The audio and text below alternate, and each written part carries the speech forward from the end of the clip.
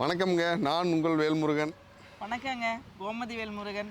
நாம் இன்றைக்கி டிஃப்ரெண்ட்டான ஒரு பிரியாணி செய்ய போகிறோம். அது என்ன செய்ய போகிறோம்? மட்டன் தேங்காய் பால் பிரியாணி செய்ய.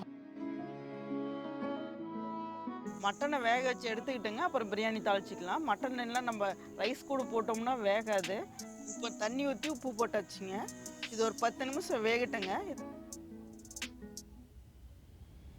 ஒன்றுமே நம்ம பிரியாணிக்கு தாளிச்சிக்கலாம். எண்ணெய் ஊற்றிக்கலாம், பட்டை போட்டுக்கலாம், லவங்கம் போட்டுக்கலாம், அன்னாச்சி பூ, ஏலக்காய், பிரியாணி எல்லாம், பெரிய வெங்காயம் போட்டுக்கலாங்க,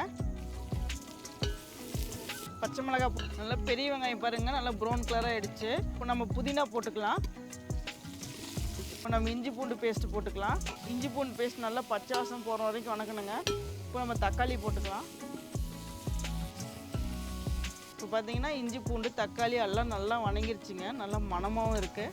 இப்போ நம்ம கறி போட்டுக்கலாம்.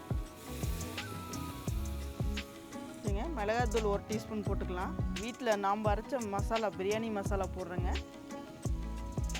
சரிங்க, நம்ம எல்லாம் போட்டு கிளறியாச்சுங்க.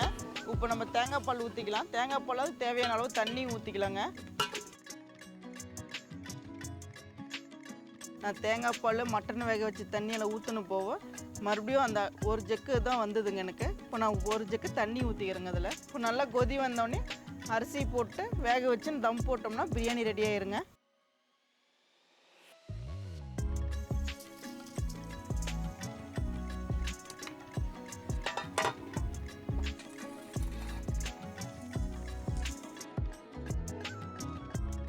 நெய் ஊற்றிக்கலாங்க. இப்போ